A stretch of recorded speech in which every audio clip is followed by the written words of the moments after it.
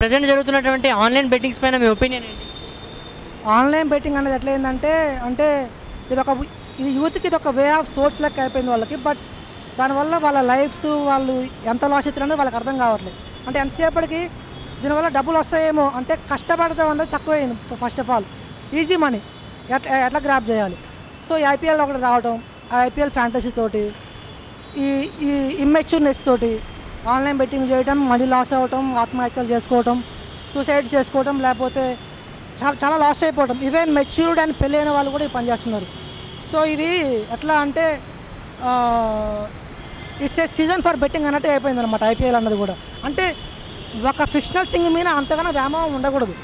It's IPL అనేది ఏంది, వాడేదో మనం చూస్తున్నాం కాబట్టి ఫర్ ఎంటర్టైన్మెంట్ వాడు ఆడుతున్న డబ్బులు వాడికి వస్తున్నాయి, నీకు పోయేది ఏముండదు. అంటే ఎప్పుడైనా సరే ఈజీ మన కోసం అలవాటు పడిన ఎవడైనా సరే బాగుపడిన చరిత్రలో లేదు. ఇన్ కేస్ మహాభారతంలో తీసుకున్నా సరే అప్పుడు ఆ రోజు జూదం వల్ల ఎంత లాస్ అయిపోయారో మనందరం వింటూనే ఉన్నాం. బట్ స్టిల్ దాన్నే ఫాలో అవటం, ఏదో షార్ట్ టైంలో రిచ్ అయిపోవాలనుకోవడం అన్నది అది వర్స్ట్ థింగ్. అది యూత్కి ఎప్పుడు అది సజెషన్ కాదు. కష్టపడి ఒక మంచిది స్థాయికి వచ్చి సంపాదించుకోవాలి, కానీ ఆన్లైన్లో సంపాదిస్తాం అనుకున్నది అది ఎట్లా వచ్చిందో అట్లా వెళ్ళిపోతుంది. That's a life spoil thing.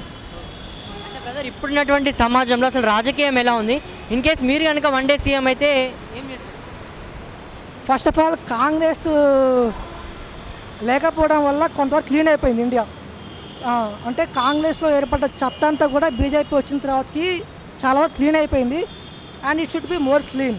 ఎందుకంటే అప్కమింగ్ జనరేషన్లో ముఖ్యంగా చిల్డ్రన్కి ఎథిక్స్ అనేది తెలవాలంటే గవర్నమెంట్ అన్నది కూడా ట్రూత్ని పోర్ట్రే చేసే విధంగా ఉండాలి. అంటే ఫేక్ న్యూసెస్ని ఎక్కువ ఎలాబరేట్ చేయకూడదు. ట్రూత్ మీద ఫోకస్ చేసే గవర్నమెంట్ ఏదైతే ఉంటుందో అది యూత్కి హెల్ప్ఫుల్గా ఉంటుంది అనమాట, అంటే అప్కమింగ్ జనరేషన్కి.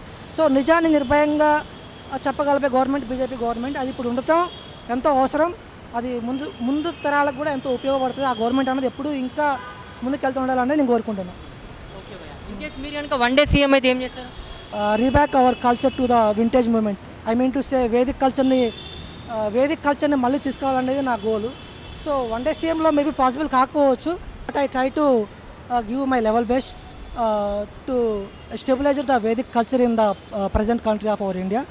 సో అది వేదిక్ కల్చర్ ఉన్నప్పుడు ఏంటంటే పిచ్చి పిచ్చి థింగ్స్ అన్నీ పాటెడ్ కావన్నమాట. అంటే ఒక్కడు నలుగురిని పెళ్లి చేసుకోవడం, ఇష్టం వచ్చినప్పుడు విడాకులు వేయడం, మినిమం ఎథిక్స్ లేకుండా బిహేవ్ చేసే రిలీజియన్స్ కానీ అలాంటి తత్వాలు కానీ ఏం లేకుండా క్లీన్ స్వీప్ చేసేసి this is the actual India. భారతదేశం అన్నది సాంప్రదాయానికి నిజమైన జీవన విధానానికి పరాకాష్ట అని ప్రపంచానికి చూపించే విధంగా భారతదేశాన్ని తయారు చేయాలన్నది గోల్ అనమాట.